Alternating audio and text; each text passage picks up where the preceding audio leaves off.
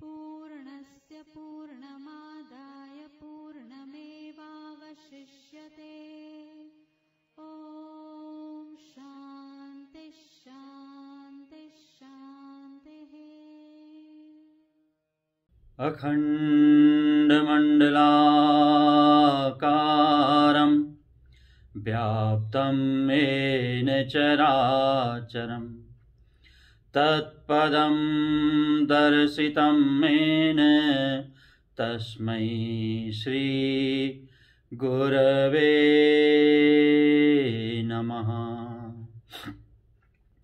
ॐ सहना भवतु सहनौ भुनक्तु सह वीर्यं करवावहै तेजस्विनावधीतमस्तु मा विद्विषावहै।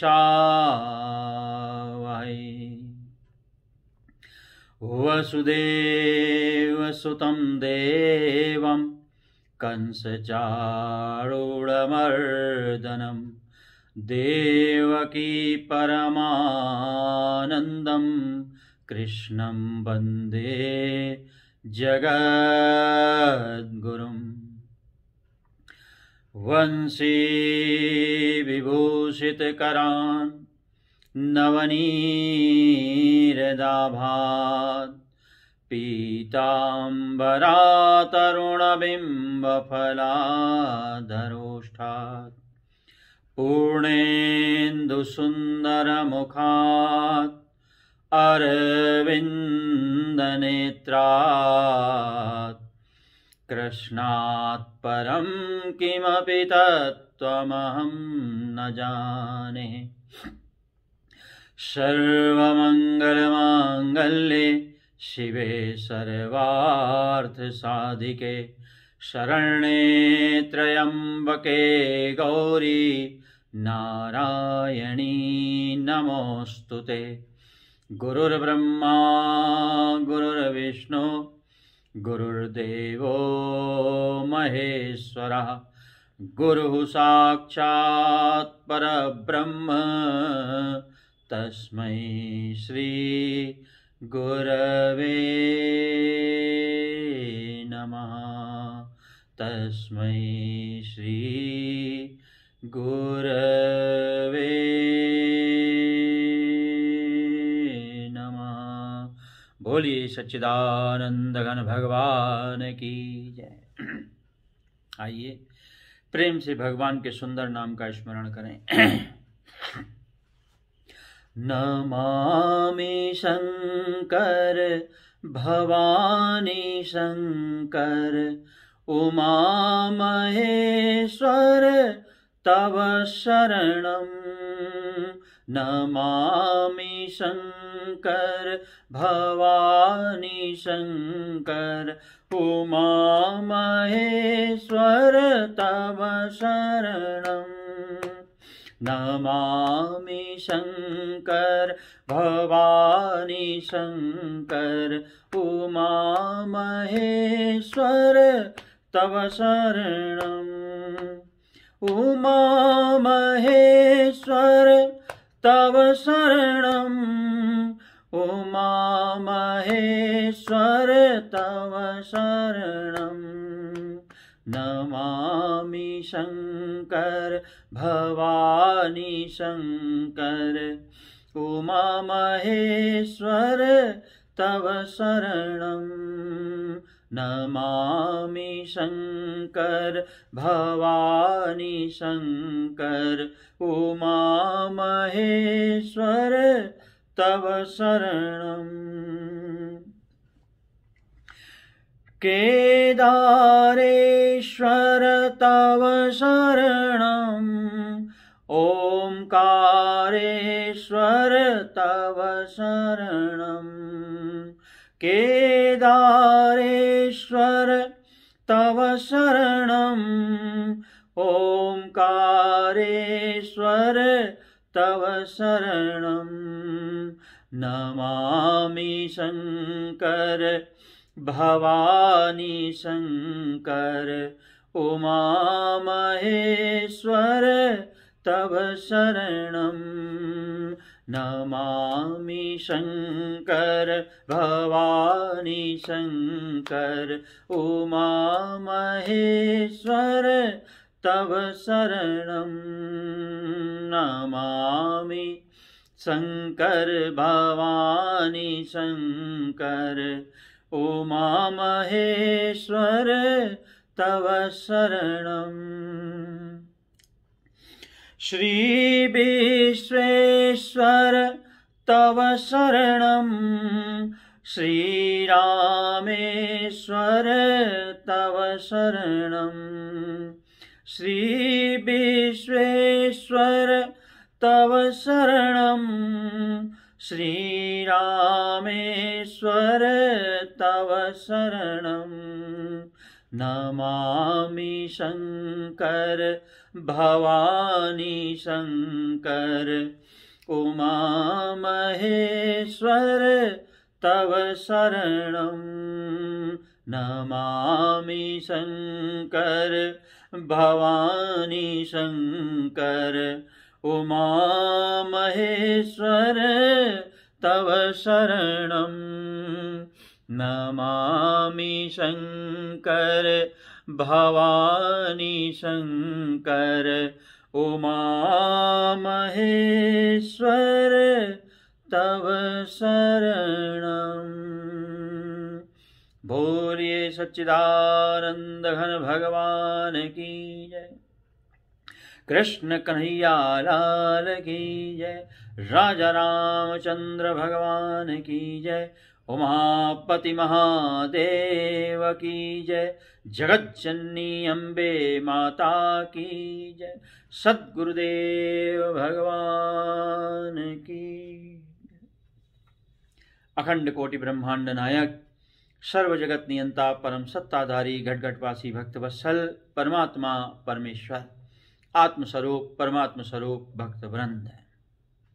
परम हर्ष उल्लास आनंद का विषय परम पावन परमानंद के ये क्षण दिव्य भूमि श्री प्रेमपुरी आश्रम ऐसी सुंदर स्थली का स्मरण करके हम लोग नित्य प्रति इस सत्संग का आनंद ले रहे हैं। इस सत्र का आज अष्टम यानी 8वां दिवस है।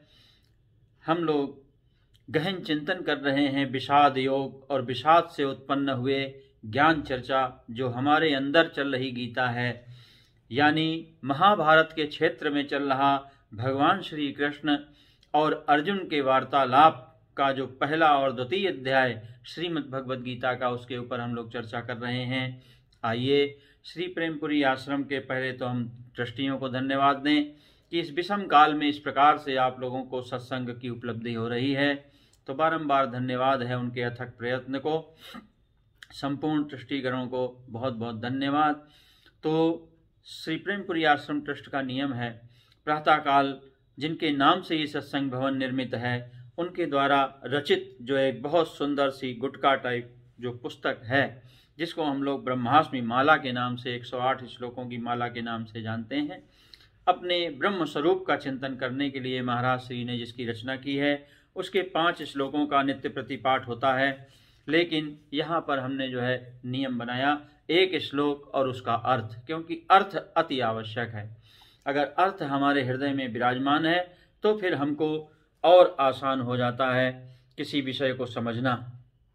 तो आज 8वां श्लोक है, दावेन दह्यते दारु रज्जुना बध्यते पशुः नासं किन्वन्तरात्मा तु सोहम ब्रह्मास्मि चेतनः। दावा नल भी जलाने योग्य लकड़ी आदि को ही जला सकता है, अपने आप को नहीं जलाता। फिर अपने सत्ता स्फूर्तिदाता अंतरात्मा को कैसे जला सकेगा? किसी प्रकार भी नहीं। रस्सी से बांधने योग्य पशु यदि आदि ही बांधे जा सकते हैं, रस्सी से रस्सी नहीं बांधी जा सकती या रस्सी अपने आप को नहीं बांध सकती, तो फिर अपने सत्तादाता अधिष्ठानभूत आत्मा को कैसे बांध सकती है? किसी प्रकार भी नहीं बांध सकती। वह अंतरात्मा चेतन है, वही ब्रह्म है और वह चेतन आत्मरूप मैं भी ब्रह्म हूँ। तो ये आत्मदर्शन है, महाराज श्री के द्वारा रचित बहुत छोटे छोटे श्लोकों के माध्यम से हमको आपको ये दर्शाया गया है कि किस प्रकार से मनुष्य साधारण से विचार के द्वारा अपने आप को ब्रह्म ज्ञान के परम रास्ते में ले जा सकता है, क्योंकि अति सरल भी है, अति कठिन भी है। अगर किसी रास्ते में, किसी विषय में आपकी रुचि है तो वो सब सरल हो जाता है, और जब आपकी किसी चीज़ में रुचि नहीं होती है तो वही रास्ते कठिन हो जाते हैं। केवल समस्या रुचि यानी प्रेम की है। इसीलिए शास्त्र का मार्ग यह भक्ति यानी प्रेम, प्रेम और भक्ति एक ही चीज़ है। हाँ, अध्यात्म में जो है प्रेम की परम आवश्यकता है, जिसको हमारे यहाँ श्रुतियाँ स्वयं कहती हैं, यस्य देवे परा भक्ति है, यथा देवे तथा गुरु। जैसी भक्ति गुरु में वैसी देव यानी आत्मा परमात्मा में। तो दोनों एक रस जब हो जाती हैं यानी प्रेम हो जाता है, तो हमारे अंदर परम जागृति की अवस्था आती है, जिसको बोधावस्था कहते हैं। तो आइए, हमारा जो विषय चल रहा था कल कि किस प्रकार से श्रुतियों और स्मृतियों के निर्णय के द्वारा हमने 2 श्लोकों के ऊपर विचार किया। या एनम वेत्ति हंतारम यश्चैनम मन्यते हतम उभौ तौ न बीजानीतो नायम हन्ति न हन्यते न जायते म्रियते वा कदाचिन् नायं भूत्वा भविता वा न भूया अजो नित्यः शाश्वतोऽयं पुराणो न हन्यते हन्यमाने शरीरे। किस प्रकार से हमारे अंदर विराजमान स्वयं भगवान श्री कृष्ण अंतर्यामी जो आत्मा रूप से हैं, महाभारत में जो है किस प्रकार से अर्जुन को उपदेश हो रहा है, ठीक उसी प्रकार से हमारा आत्मा हमारे अंदर बैठकर इस अज्ञानी जीव को उपदेश कर रहा है। सूर्य किरण को समझा रहा है, तुम मुझसे अलग कुछ नहीं हो। किरण पृथ्वी में आकर टकरा करके अपने आप को सूर्य से अलग अनुभव कर रही है, लेकिन यहाँ पर जो भगवान समझाना चाहते हैं, सूर्य नारायण किरण को समझाना चाहते हैं कि तुमसे मेरा अलग कोई अस्तित्व नहीं है। भले तुम मुझसे दूर कहीं पृथ्वी पर दिखाई दे रही हो, लेकिन वास्तविक सत्य ये है कि तुम्हारा उद्भव, तुम्हारा मेरे संग एक एक क्षण का बंधन यानी लगाव है, यानी एक रूपता है। हम में और तुम में किसी प्रकार से भेद संभव नहीं है। तो यही चीज़ यहाँ पर भगवान हमको हमारा पता बता रहे हैं। सबसे पहले तो भगवान ने अर्जुन को ये स्पष्ट किया कि ये मरने मारने का धर्म शरीर का है और शरीर हम है नहीं, ये सिर्फ हमारे रहने का मकान है, खोल है। अन्यान्य जीव अपने अपने खोलों में स्थित होकर अपने अपने जीवन को जी रहे हैं। इसीलिए हम लोगों की साधारण भाषा में चला गया है ना।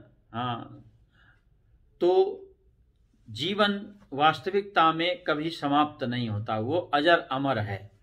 और इसीलिए भगवान ने अपना जो हमारा विजिटिंग कार्ड तैयार किया श्रीमद् भगवद गीता में अर्जुन के लिए, न जायते म्रियते वा कदाचित् नायं भूत्वा भविता वा न भूयः अजो नित्यः शाश्वतोऽयं पुराणो न हन्यते हन्यमाने शरीरे। इस बात को बिल्कुल, यदि आप परमार्थ के रास्ते में, अध्यात्म के रास्ते में गहरी पैठ बनाना चाहते हैं, यदि आप वास्तविकता में सत्य को उद्घाटित करना चाहते हैं अपने जीवन में, तो कहने का तात्पर्य सीधा है, न हन्यते हन्यमाने शरीरे को गुरु वाक्य बना लीजिए। गुरु वाक्य मतलब गुरु मंत्र मान लीजिए कि शरीर के नष्ट होने से ये आत्मा यानी हम नष्ट होने वाले नहीं है। आत्मा शब्द का मतलब ही हम होता, हम जो हैं स्वयं।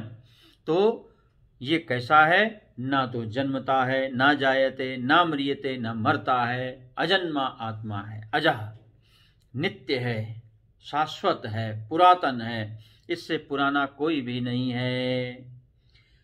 नित्य होने के कारण हमेशा एक ही अवस्था में रहता है, इसकी अवस्था में कोई परिवर्तन नहीं रहता। ये स्वयं आप अपने शरीर में अनुभव कर सकते हैं अपनी मन बुद्धि के द्वारा, क्योंकि आपका शरीर बाल्यावस्था, युवावस्था और वृद्धावस्था को भोगता है, उसका साक्षी बनता है, लेकिन आपका मन हमेशा मरते दम तक युवा बना रहता है। और ये आपका भोगों के चिंतन के द्वारा स्वयं आप इस चीज को अनुभव कर सकते हैं। यद्यपि आपकी इंद्रियां सूख गई होती हैं, लेकिन भोगों के प्रति आपकी लालसा बिल्कुल हरी होती है ना, जिसको हम पकड़ नहीं सकते। तो यहाँ पर भगवान ने जो है इसी विषय को आगे बढ़ाया है, जो हमारा आज का श्लोक है। वेदा विनाशिनम नित्यम या एनमजमव्ययम कथम सा पुरुषा पार्थ कम घातयति हंतिकम। भगवान कहते हैं कि हे अर्जुन, ये पुरुष जो है इस आत्मा को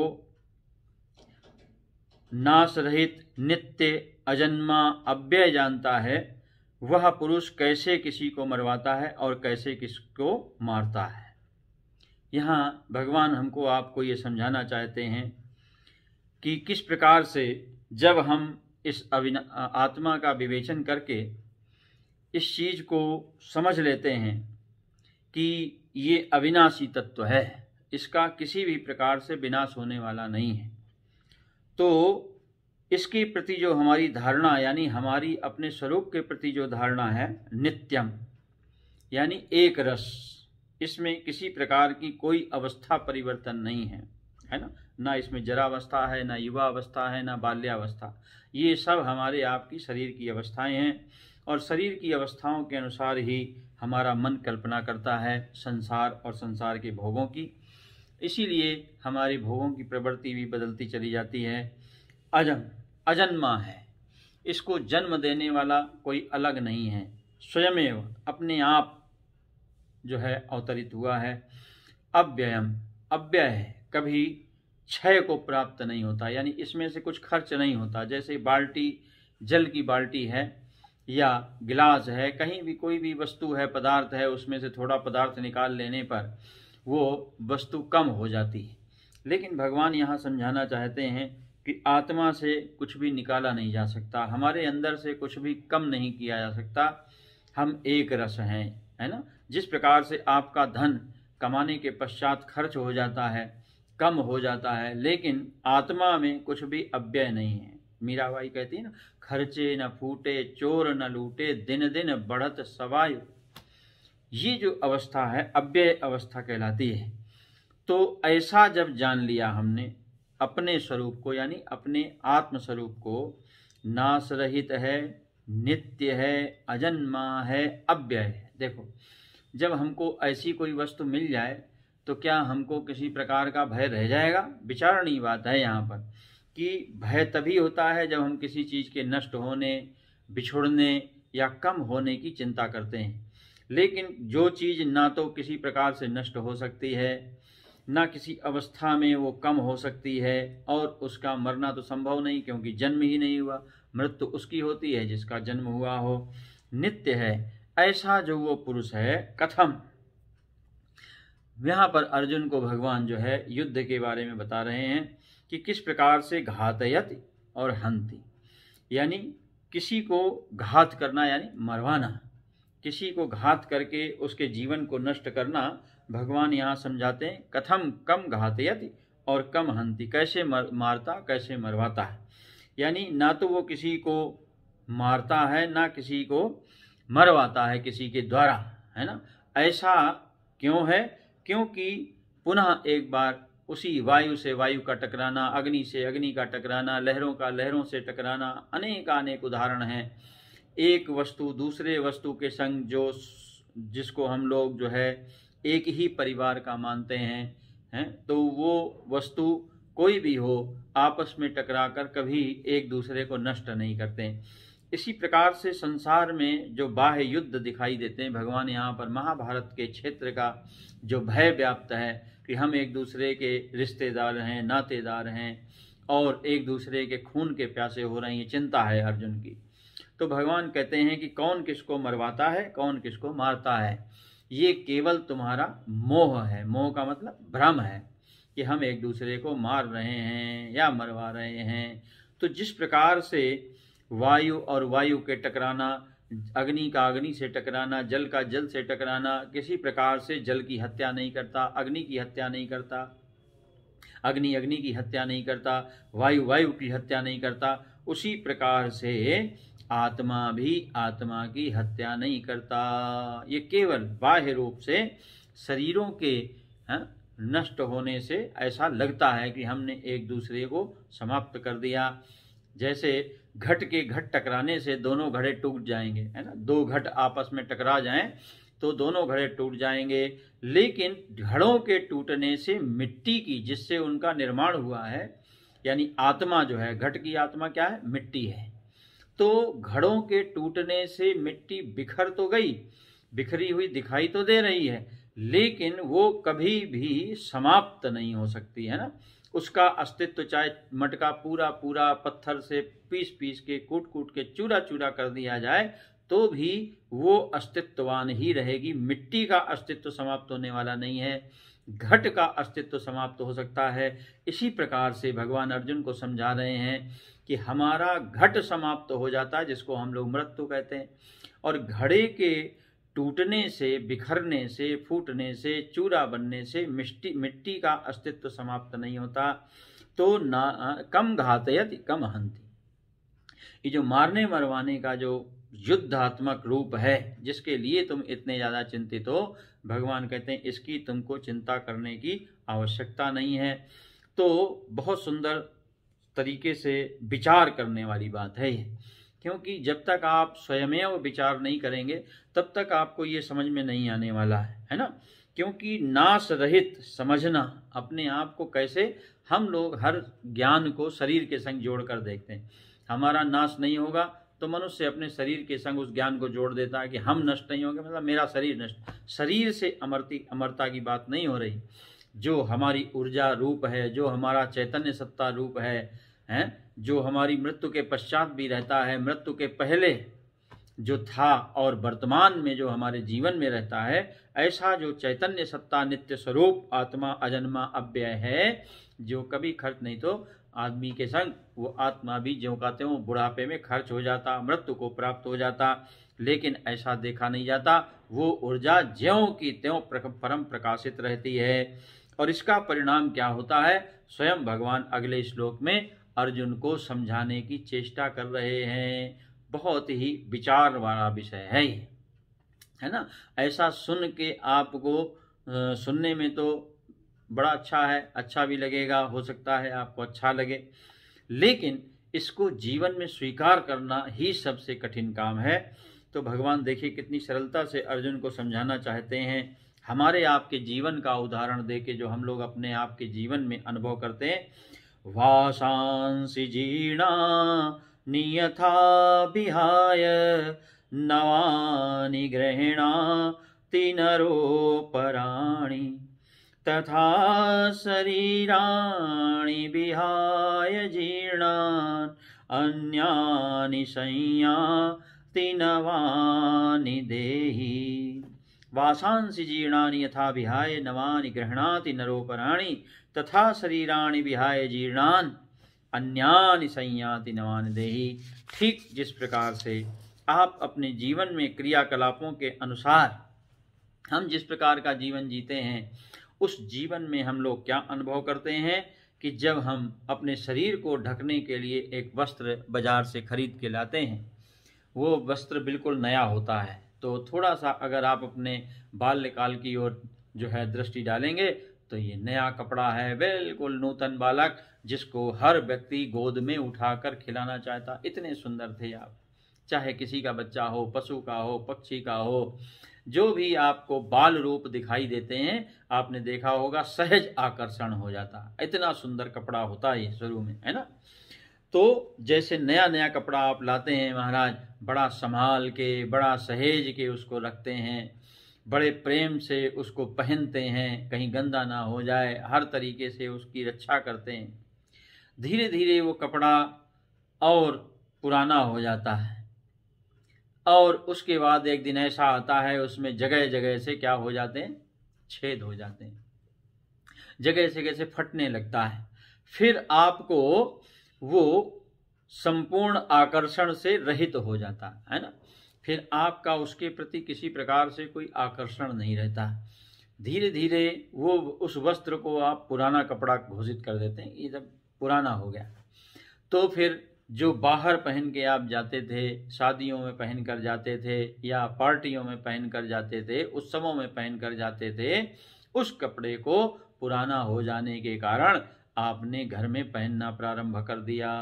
देखो, कैसा विचित्र रूप है उस कपड़े का। जब नया नया आया कितनी संभाल सहेज उसकी होती थी, लेकिन ज्यों ज्यों पुराना होता गया अब आप उसको ठीक से रखते भी नहीं हैं, जैसा मर्जी आता वैसा फेंक देते हैं। क्यों?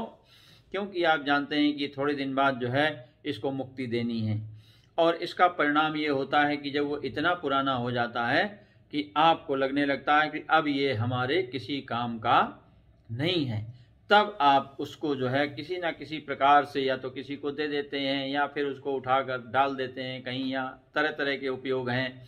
गरीब लोग हैं या मध्यम वर्गीय लोग हैं, उसके बदले में कुछ ले लेते हैं, बर्तन आदि मिल जाते हैं, तो ऐसा रूप भी देखा जाता है। लेकिन वो वस्त्र जो है आप परित्याग कर देते हैं।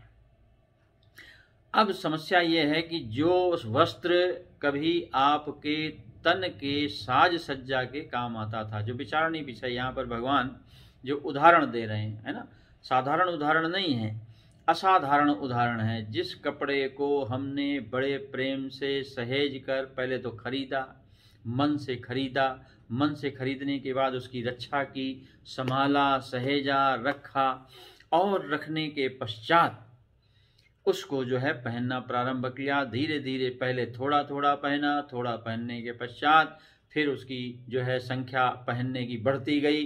धीरे धीरे महाराज उतनी संख्या बढ़ी कि वो धुलता गया और नष्ट हो गया, और अंत में महाराज इतना पुराना हो गया कि उस वस्त्र में जगह जगह छिद्र हो गए, छेद हो गए, नष्ट होने की कगार पे आ गया, बैठते ही फटने लगा, किसी भी प्रकार से उपयोग करने में वो फटने लगा, जीर्ण शीर्ण हो गया महाराज। ऐसा जीर्ण शीर्ण वस्त्र के प्रति अब आपको अपने मान अपमान का अनुभव होने लगा। अब आप उसी वस्त्र को किसी दूसरे के सामने पहनकर नहीं जाते। क्यों नहीं जाते? क्योंकि आपको अपमानित अनुभव होता है, आपको वो वस्त्र पुराना लगने लगा। और इसका भगवान कहते हैं क्या है? यथा जीर्णानि वासांसि विहाय, पुराने कपड़ों को त्याग कर नवानि गृह्णाति, फिर आपने उसको जो है अपने जीवन में अस्वीकार कर दिया, और उसके उपरांत जो है चूंकि आवश्यकता तो है ही है तन ढकने के लिए, पुनः आपने एक नया वस्त्र खरीद लिया। तो इसमें इन दोनों क्रियाओं में हुआ क्या? जो ध्यान देने योग्य बात है वो ये है कि इन दोनों क्रियाओं में जो घटित हुई घटना कि पुराने वस्त्र के जाने के बाद और नए वस्त्र के आने के समय आपको किसी प्रकार का कष्ट अनुभव नहीं हुआ। क्यों नहीं हुआ? क्योंकि आपको मालूम है ये फटा पुराना कपड़ा हमारे अपमान का कारण है, ये हमारे सम्मान का कारण नहीं है। इसलिए आपने पुराने वस्त्र को त्यागने में किसी प्रकार का ममता नहीं दिखाई। और जो सबसे बड़ी विशेषता, नया वस्त्र प्राप्त करके आप प्रसन्न हो गए, है ना। जब उस पुराने वस्त्र के जाने के बाद आप नया वस्त्र लाए तो महाराज ये आपके लिए प्रसन्नता का कारण बन गया। तो आपने देखा जब से आपका जीवन प्रारंभ हुआ, जब से हम पैदा हुए, तब से हम ना जाने कितनी बार इन वस्त्रों को बदलते रहते हैं। जो कपड़े हमने पैदा होते समय पहने थे, क्या वो हमारे पास हैं?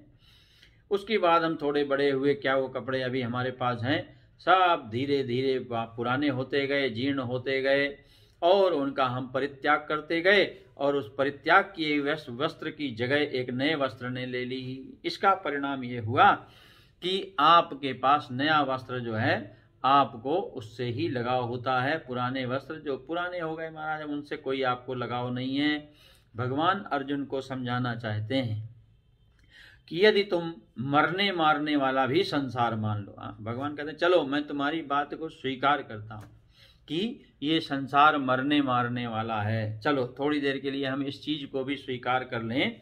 तो भगवान कहते हैं जिस प्रकार से जीवात्मा जो है उसी प्रकार से वस्त्र का उदाहरण भगवान देते हैं। जैसे वस्त्रों के बदलने से आपको किसी प्रकार के कष्ट का अनुभव नहीं होता, उसी प्रकार जब आप अपने अविनाशी तत्व का, इसको तत्व दर्शन कहते हैं, जब आप अपने स्वरूप का तत्व दर्शन कर लेते हैं, यानी तत्व को समझ लेते हैं कि मैं कैसा तत्व हूँ, तो भगवान ने कहा मैं अविनाशी तत्व हूँ, मेरा किसी प्रकार से कोई विनाश होने वाला नहीं है। तो महाराज फिर होता क्या है? तो भगवान कहते हैं देही, जीव आत्मा क्या करता है? जीर्णानि शरीराणि, पुराने जब शरीर हो जाते हैं, यानी जो हमारी वृद्धावस्था है, जैसे वो वस्त्र फट जाता है, पुराना हो जाता है, इसी प्रकार से हमारा शरीर भी जर्जर होने लगता है, हाथ पैर टूटने लगते हैं, आँखों से दिखाई देना बंद हो जाता है, कानों से सुनाई देना बंद हो जाता है, दांत टूटने लगते हैं। तो सब चीज़ें धीरे धीरे आपका शरीर का साथ छोड़ने लगती हैं, इंद्रियां, और परिणाम ये होता है कि आपको चलना उठना बैठना भी भारी पड़ने लगता है, भोजन करना भी भारी पड़ने लगता है। ऐसी अवस्था में आपको इस शरीर में कोई रुचि नहीं रह जाती है, तो फिर ये जीव उसी पुराने कपड़े की तरह इस वस्त्र का भी परित्याग यानी शरीर का परित्याग कर देता है ना। जैसे जलती हुई लौ, मोमबत्ती या दिए की लौ जो है कुछ ही क्षणों की हवा के झोंके में बुझ जाती है, उसी प्रकार से वृद्धावस्था में छोटा सा भी रोग जो बाल्यावस्था और युवावस्था में ठीक हो जाया करता था, वृद्धावस्था में वो महाराज एक छोटा सा रोग भी हमारे लिए मृत्यु का कारण बन जाता है, क्योंकि वस्त्र पुराना हो गया।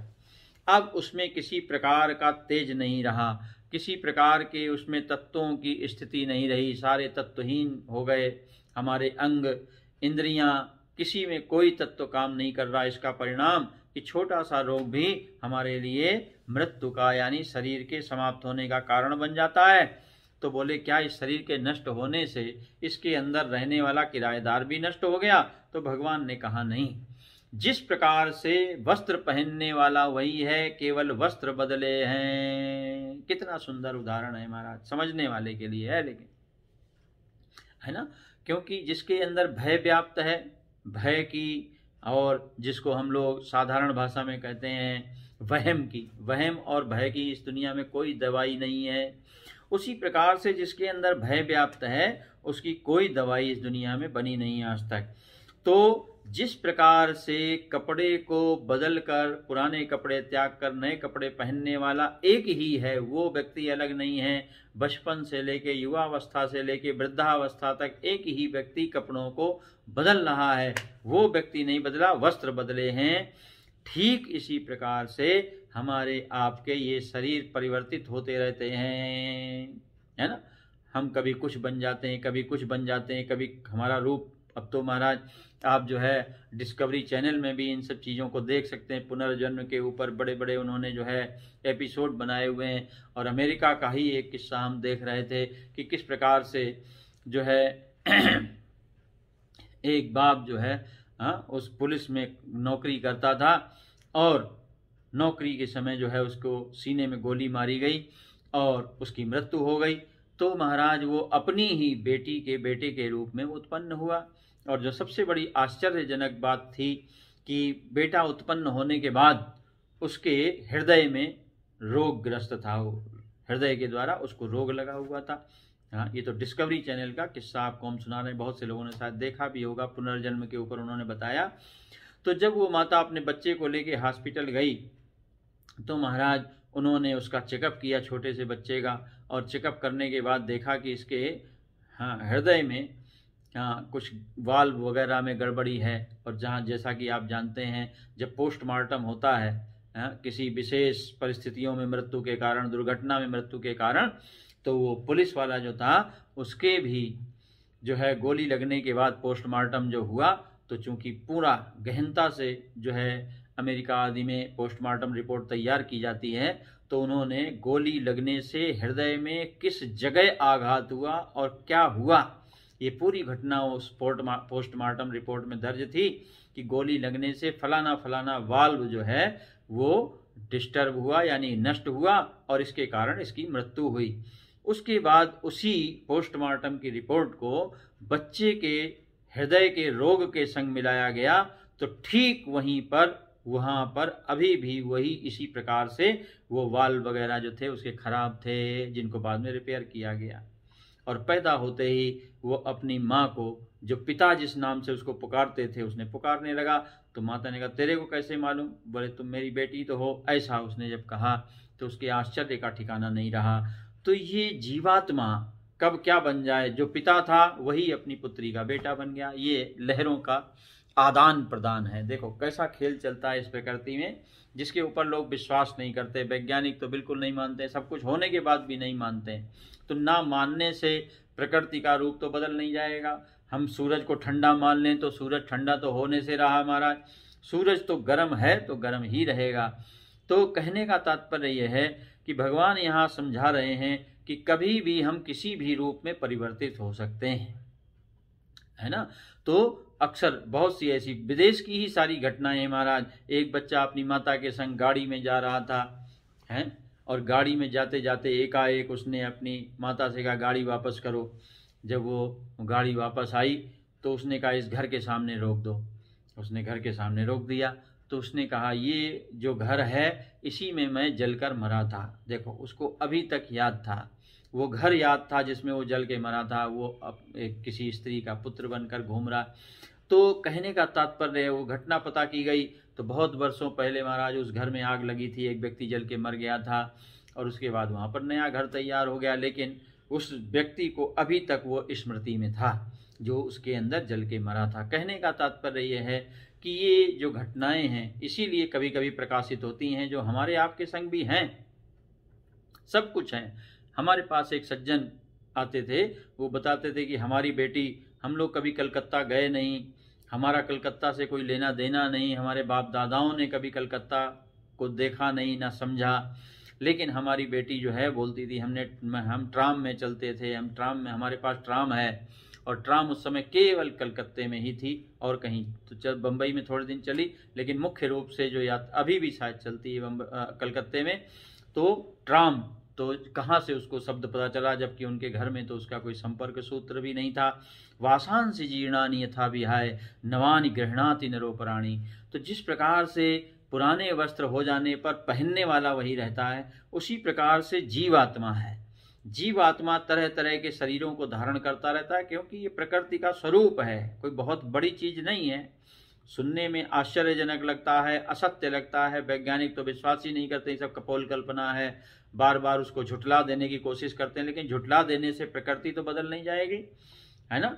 नहीं तो महाराज एक पेड़ चलता चला जाता, बनता चला जाता, कुछ भी होता जाता, ऐसा नहीं है। हर चीज की देखो एक सीमा है, हर चीज के उत्पन्न होने का, बढ़ने का, घटने का, हर चीज का एक नियम है। वो वैज्ञानिकों के आदेश के अनुसार नहीं चलते हैं कि पेड़ को उन्होंने इंजेक्शन लगा दिया महाराज तो पेड़ जो है 600 फीट का हो जाएगा, ऐसा कुछ भी संभव नहीं है। प्रकृति ने अपने आप को अपने हिसाब से बना रखा है महाराज। तो कौन किस रूप में, किस प्रकार से, कैसे कैसे जन्म लेता है, यानी अपने वस्त्रों को धारण करता, ये सब हमारी आपकी अपनी वासनाओं का, कर्मों का प्रभाव होता है। हमारी जो गहन वासनाएं होती हैं उनको भोगने के लिए ही हमको ये सुंदर, जैसे आप किसी शोरूम में जाते हैं, सबसे पहले गाड़ी के शोरूम में जाने से पहले आपके पास पैसा होना चाहिए, और जिस प्रकार से आपके पास पैसा होता है उसी प्रकार के गाड़ी के शोरूम में जाते हैं। आपके पास पैसा कम होता है तो सस्ती गाड़ी वाले शोरूम में जाते हैं, आपके पास पैसा ज़्यादा होता है तो आप महंगी गाड़ी वाले के शोरूम में जाते हैं।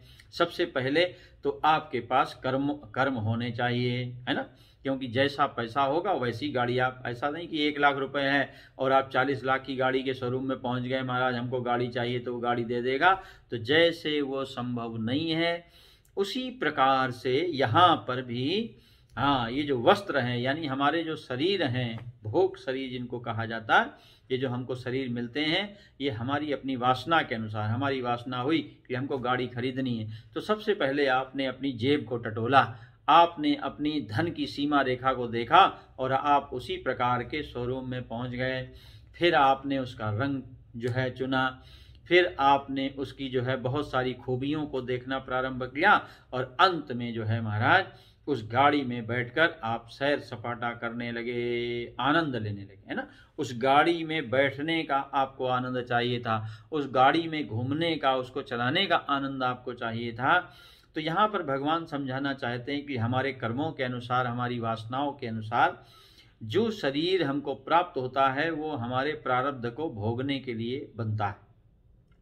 ये जो भी हमको आकार, प्रकार, रंग, रूप प्राप्त होता है ये सब हमारी आपकी अपनी कर्म और वासना के अनुसार प्राप्त होता है।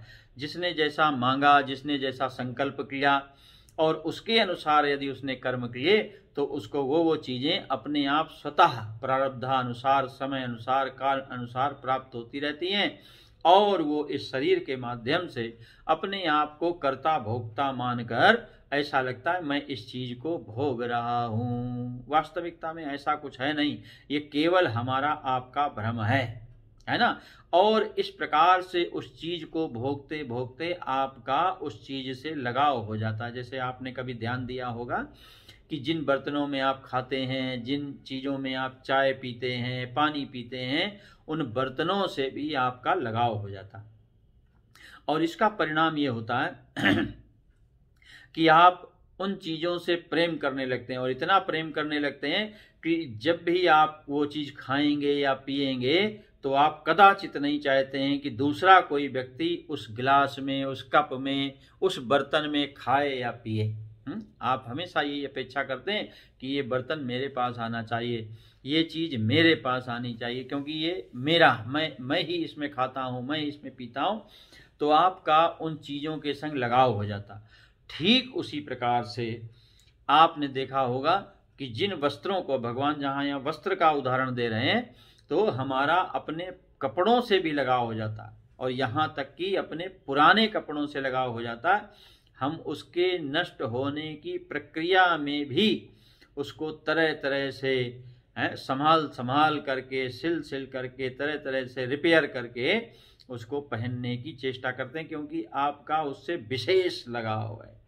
इसी प्रकार से इस शरीर के द्वारा भोगने में हमको इस शरीर से लगाव होने लगता। हम शरीर है नहीं और इतना लगाव हमारा इस शरीर से हो चुका है कि हमको लगने लगा कि हम शरीर ही हैं, शरीर ही मेरा असली अस्तित्व है, इसके अलावा हमारा कोई दूसरा अस्तित्व नहीं है। लेकिन यही भगवान यहाँ अर्जुन को समझाना चाह रहे हैं। अर्जुन विलाप क्यों कर रहा है? क्योंकि अर्जुन जो है अपने आप को शरीर मान रहा है, आत्मा से उसका कोई परिचय नहीं है। और भगवान यहाँ पर जो उपदेश दे रहे हैं वो आत्म तत्व का उपदेश दे रहे हैं। अर्जुन जो भगवान को समझा रहा है वो शरीर के धर्मों को समझा रहा है, ऐसा होगा, फिर ऐसा होगा, फिर ऐसा हो जाएगा, फिर वैसा हो जाएगा। जैसे हम आप अपने आप को अपने आप के संग वार्तालाप करते हुए अपने आप को समझाते हैं, ठीक इसी प्रकार से अर्जुन जो है भगवान को समझाने की क्या कर रहा है? चेष्टा कर रहा है। और भगवान को चूंकि परम सत्य स्वरूप ही है, उनको तो महाराज ना कुछ समझना है ना समझाना, असली चीज दिखाई दे रही है, इसलिए उनको नकली से यानी हमारे आपके शरीरों से कोई ममत्व नहीं है, किसी प्रकार का ममत्व नहीं है। इसीलिए देखा जाता है भगवान को कोई परेशानी नहीं होती, किसी के मरने जीने से परेशानी नहीं होती। श्रवण कुमार के माता पिता ने तप किया, तप करने के बाद नारायण को प्रकट किया, नारायण को प्रकट करने के बाद भगवान ने देखो ऋषियों को समझाने की चेष्टा की, जो यहाँ अर्जुन को समझा रहे हैं ना भगवान। हाँ, नवानि गृह्णाति नरो प्राणी, तो ये सब कपड़े हैं महाराज, इन मोह ममत्व के चक्कर में मत फंसो, इस भ्रम के चक्कर में मत फंसो। आपने तो गहन तप किया है, इसलिए आप तो नारायण से प्रेम करो, यानी सत्य से प्रेम करो। लेकिन ऋषि दंपत्ति को ये मंजूर नहीं था महाराज, उनको ये स्वीकार नहीं था। उनको तो संसार सत्य दिखाई दे रहा था और बार बार उनके अंदर एक आघात हो रहा था कि हम निसंतान हैं। ऐसी भयंकर होती है महाराज वासनाएं, और हमको जो है एक संतान चाहिए, ये कराती वासना महाराज। सत्य से कैसे हम दूर हो जाते हैं अपनी वासनाओं के कारण। हम भगवान समक्ष खड़े होने पर भी भगवान को समझना नहीं चाहते, ना तो भगवान के दर्शन करना चाहते हैं, ना भगवान का आनंद लेना चाहते हैं।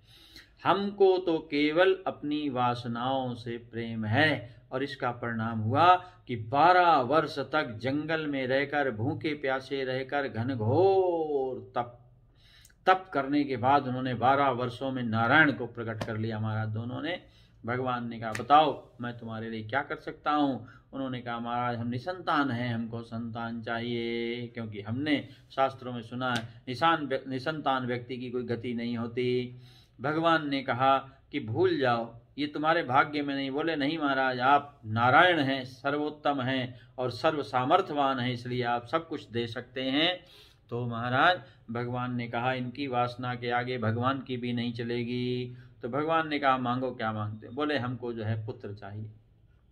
भगवान ने फिर खेल किया और फिर खेल में कहा कि भाई हम पुत्र तो चलो तुमको दे देंगे, लेकिन तुम्हारे भाग्य में तो है नहीं, इसलिए तुम उसका चेहरा नहीं देख पाओगे, संतान होते ही तुम दोनों के दोनों अंधे हो जाओगे। उन्होंने कहा महाराज मंजूर है, भले ना देख पाए लेकिन हम हाथ से तो छू कर देख सकते हैं, हम उसको अनुभव तो कर पाएंगे।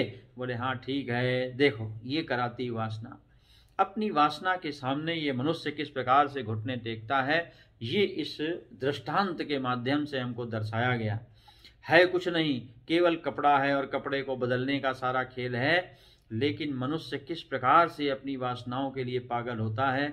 यहाँ पर साधारण की तो राक्षसों की, दैत्यों की तो बात ही छोड़ दो महाराज, ऋषि मनीषियों की बात की जा रही है, सात्विक तपस्वियों की बात की जा रही है, और उनको महाराज स्वीकार हो गया कि हम अंधे होना स्वीकार है। तो देखो उनको जो है भगवान ने कहा तथास्तु, मिल जाएगा। दूसरी शर्त कि केवल 12 वर्ष 15 वर्ष के लिए मिलेगा। छोटा सा बालक, हाँ, युवा अवस्था में जैसे ही कदम रखेगा वैसे उसकी मृत्यु हो जाएगी। उन्होंने कहा ये भी स्वीकार है। देखो इतना मोहांध हो जाता है व्यक्ति, उसको ये भी याद नहीं रहता कि मैं भगवान की कौन सी शर्त स्वीकार कर रहा हूँ। तो उनको लगा कि संतान तो मिलेगी, भले 2 वर्ष 4 वर्ष 10 वर्ष के लिए मिले, संतान की निसंतान से संतानवान तो हो जाएंगे, जगत में हमको लोग संतानवान कहेंगे, अपनी संतान को हम छू सकेंगे, प्यार कर सकेंगे, लाड़ कर सकेंगे। ऐसी वासना हमारा, ऐसी अपनी वासना के लिए मनुष्य अंधा हो जाता है। तो यहाँ ऋषियों को उदाहरण बना दिया गया और वही हुआ। भगवान को कोई परेशानी नहीं है, श्रवण कुमार मृत्यु को प्राप्त हों।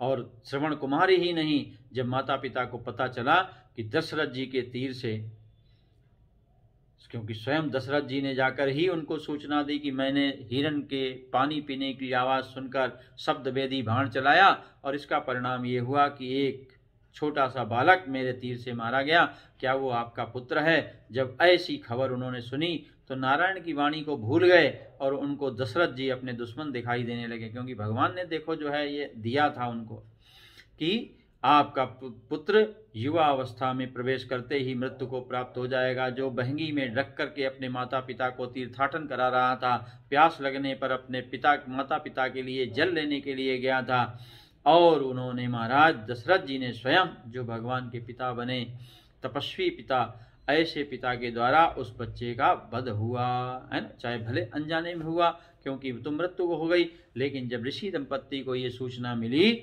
तो महाराज एक क्षण में इतने दुखी हो गए, इतने दुखी हो गए कि इस वृद्धावस्था में हम चल नहीं सकते, फिर नहीं सकते, राजन तुमने हमारे संग ऐसा क्यों किया? इस प्रकार से राजा दशरथ को ही दोष देने लगे। भूल गए कि भगवान ने स्वयं कहा था अपने मुख से कि तुम्हारा पुत्र युवा होते ही इस संसार से चल बसेगा। भूल गए सब कुछ महाराज और दशरथ जी को श्राप दे दिया। देखो ये होता है, ये माया है जिसको भगवान कहते हैं दैवी है सा गुणमयी मम माया दुरत्यया। हम इस कपड़ों के खेल को भूल जाते हैं। जो सबसे बड़ी समस्या है, ये जो एक वस्त्र का बदलना दूसरे वस्त्र से, ये हम भूल करके उस वस्त्र के संग हमको इतना भयंकर लगाव हो जाता है महाराज कि हमको कुछ भी होश नहीं रहता। तो महाराज उन्होंने राजा दशरथ को श्राप दे दिया और राजा दशरथ को वो क्योंकि आहा जिसको कहते हैं रही दुर्बल को न सताइए जाकी मोटी हाय, मुई खाल की सांस सो सार भस्म हो जाए। यानी हाय जो है किसी की इतनी खतरनाक होती है कि लोहे को भी जलाकर भस्म, सार यानी लोहा, लोहे को भी जला के भस्म कर सकती है। तो महाराज राजा दशरथ को वो श्राप भगवान राम को वनवास देकर पुत्र वियोग में अपने शरीर को त्याग कर भोगना पड़ा, क्योंकि वो ऋषि थे, तपस्वी थे। तो महाराज इस प्रकार से ये संसार चलता है एक दूसरे के संग। तो दोनों माता पिता ने भी अपने शरीर का, चूंकि पुत्र के वियोग को वो सहन नहीं कर पाए, पुत्र के छूटने को वो सहन नहीं कर पाए, और देखो ये नश्वर संसार, मायामय संसार का खेल, अपने जीवन को भी उन्होंने वहीं का वहीं त्याग दिया, यानी दोनों की मृत्यु हो गई। तो 3 मृत्युएं एक साथ हुई। लेकिन क्या इससे भगवान को कोई फर्क पड़ा? भगवान को इससे कोई फर्क नहीं पड़ा। भगवान जैसे पहले मुस्कुरा रहे थे वैसे अभी भी मुस्कुरा रहे हैं, आगे भी वैसे ही मुस्कुराते रहेंगे। क्यों? क्योंकि यहाँ पर भगवान ने अर्जुन को समझाया है कि ये जो महाभारत होगा, इस महाभारत में हजारों लाखों लोग मारे जाएंगे और हो सकता करोड़ों की संख्या भी रही हो महाराज, ये तो वक्त ही जाने। कितनी संख्या में लोग वहां पर स्थित थे, मौजूद थे। तो वासांसि जीर्णानि यथा विहाय नवानि गृह्णाति नरो प्राणि तथा शरीराणि विहाय जीर्णान अन्यानि संयाति नवानि देहि। तो ये वस्त्र बदलने की तरह है। ऐसा नहीं है कि ये नष्ट हो जाएगा सब कुछ, ये फिर से जैसे नया कपड़ा पहनकर वही व्यक्ति पुराने कपड़ों को त्याग कर नए कपड़े पहनकर फिर से नया दिखाई देने लगता है, उसके अंदर शरीर में फिर से एक तेज दिखाई देने लगता है। ठीक उसी प्रकार से वो जीवात्मा अपनी वासनाओं को भोगने के लिए, इस संसार के पीछे भागने के लिए नए कपड़े पहनकर आ जाता है। वो मनुष्य का शरीर भी हो सकता है, पशु पक्षी का शरीर भी हो सकता है, वृक्ष का शरीर भी हो, कुछ भी हो सकता है। 84 लाख योनियां हमारे यहाँ मानी गई हैं। वैरायटी ऑफ लाइफ, योनियां मतलब वैरायटी। हर जीव अपने अपने भोगों को अपने अपने शरीर यानी पेड़ पौधा नाना प्रकार से, देखो एक पौधा है जिसका फूल भगवान के चरणों में चढ़ता है, भगवान का श्रृंगार का कारण बनता है। एक महाराज कांटे का पौधा है, वो रेगिस्तान में लगा हुआ, उसका कोई उपयोग नहीं है। तो बहुत सारी ऐसी चीज़ें हैं जिनका अपनी अपनी जगह अलग अलग उपयोग अपनी अपनी वासना के अनुसार, अपने अपने कर्मों के अनुसार होता है। उसी एक पेड़ से तोड़े गए कई प्रकार के पुष्प यानी फूल जो हैं, एक मंदिर में पहुंच जाता है और एक महाराज 100 के ऊपर पहुंच जाता है। ये अपना अपना भाग्य है, ये अपना अपना जो है प्रारब्ध और वासना है।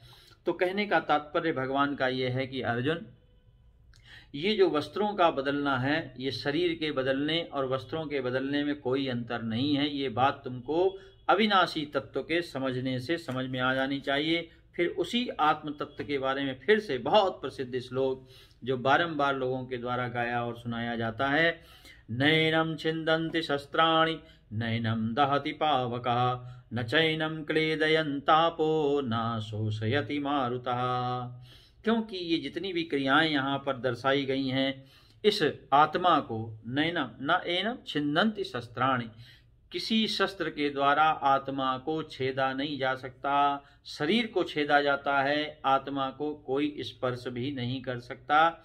नैनम दहति पावका, शरीर आग से शरीर जलता है, आत्मा कभी भी जलती नहीं है। न चैनम क्लेदयन्तापो यानी आपः यानी जल, जल से कभी ये गीला नहीं होता। कोई भी संसार का जल इस आत्मा को गीला नहीं कर सकता है। ये शरीर हमारा गीला होता है, ठंडी गर्मी ये शरीर का स्वभाव है, यानी शरीर का धर्म है, आत्मा का धर्म नहीं। आत्मा को न ठंडी लगती है न गर्मी लगती। इसीलिए आत्मज्ञानी महापुरुष हिमालय पर भी नंगे शरीर में रहते हुए देखे जाते। महाराज उनके ऊपर कोई मौसम का प्रभाव नहीं होता है। तो क्लेदयन्तापो न वायु शोषयति, न इसको वायु सुखा सकता है। ये बात जिस दिन आपको समझ में आ जाएगी, फिर आप एक कपड़े की तरह इस शरीर को समझने लगेंगे। इसके आने जाने से आपको किसी प्रकार का ममत्व उत्पन्न नहीं होगा और उस चिन्मय तत्व को निरंतर निहारने के कारण आज आपके अंदर एक अमरता का जो एहसास होगा, उसी को जो है आनंद कहते हैं। तो आइए इस गीता जी के चिंतन के माध्यम से, एक भजन के माध्यम से हम आपको पुनः पूरी गीता को समझा देते हैं। बोलिए सच्चिदानंद भगवान की जय।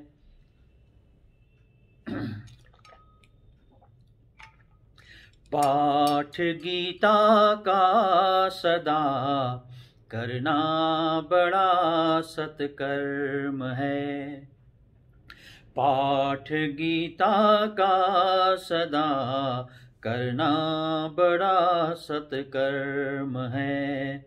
पाठ गीता का सदा करना ही मानव धर्म है। पाठ गीता का सदा करना ही मानव धर्म है। ज्ञान गीता का सदा हृदय में धरना चाहिए। ज्ञान गीता का सदा हृदय में धरना चाहिए। मनुज को हर रोज गीता पाठ करना चाहिए। मनुज को हर रोज गीता पाठ करना चाहिए। ज्ञान गीता का जिन्हें दुष्कर्म वे करते नहीं। ज्ञान गीता का जिन्हें दुष्कर्म वे करते नहीं। ज्ञान गीता का जिन्हें वे मौत से डरते नहीं। ज्ञान गीता का जिन्हें वे मौत से डरते नहीं। इसलिए नित ज्ञान गीता का सुमिरना चाहिए। इसलिए नित ज्ञान गीता का सुमिरना चाहिए। पाठ गीता का सदा करना बड़ा सत्कर्म है। अद्भुत ग्रंथ। अजर हूँ मैं आत्मा गीता सिखाती है हमें।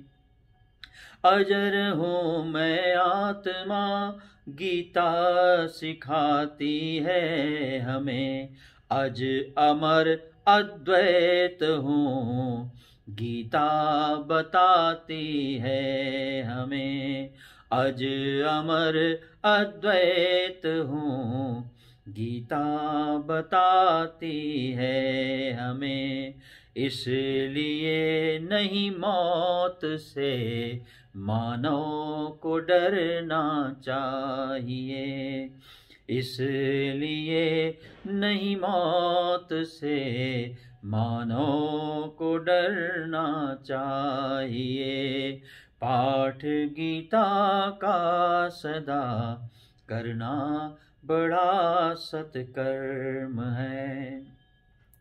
शुद्ध चेतन आत्मा दृष्टा हूँ मैं जग जाल का। शुद्ध चेतन आत्मा दृष्टा हूँ मैं जग जाल का। भिक्षु हूँ भगवत कृपा का भय नहीं अब काल का। भिक्षु हूँ भगवत कृपा का भय नहीं अब काल का। ऐसा निश्चय धार कर निर्भय विचरना चाहिए। यदि गीता के ज्ञान का असर आपके ऊपर हो गया है महाराज, तो ये निश्चय आपके अंदर आ जाएगा। ऐसा निश्चय धार कर निर्भय विचरना चाहिए। पाठ गीता का सदा करना बड़ा सत्कर्म है। पाठ गीता का सदा करना ही मानव धर्म है। ज्ञान गीता का सदा हृदय में धरना चाहिए। यानी कहने का तात्पर्य यह है, ये केवल श्रवण मात्र की चीज नहीं है, ये वो व्यवहारिक जीवन में उतारने का ज्ञान है जिसको जीवन में उतरने के पश्चात आपको आत्मानंद की अनुभूति होगी। ये जो बार बार संसार के दृश्यों को, विषम परिस्थितियों को, दुर्व्यवस्थाओं को, स्थितियों को देखकर, प्रकृति की आपदाओं को देखकर जो हम बार बार बहक जाते हैं, मोहग्रस्त हो जाते हैं, चिंतित हो जाते हैं, भविष्य की चिंता करने लगते हैं, इन सब से दूर हो जाएंगे और लहरों के उछलने कूदने का आप आनंद लेने लगेंगे जैसे भगवान ले रहे हैं। तो बच्चों के रोने से आप रोने वाले नहीं, बच्चों के हंसने से आप हंसने वाले नहीं, तो आप तो तटस्थ होकर बच्चों का आनंद लेते हैं, चाहे वो रोए चाहे हंसे। इसी प्रकार से आत्मज्ञानी संसार का आनंद लेता है। तो इसी विषय को आगे कल बढ़ाएंगे कि किस प्रकार से भगवान आत्मा का दर्शन अर्जुन को करा रहे हैं, यानी अपने निज स्वरूप का दर्शन अर्जुन को करा रहे हैं, जिसके दर्शन के पश्चात हमको वास्तविकता में पता चलेगा ये सुंदर मानव देह हमको किस लिए मिली है। तो इसी चर्चा को आगे कल बढ़ाएंगे। बोलिए सच्चिदानंद घन भगवान की जय।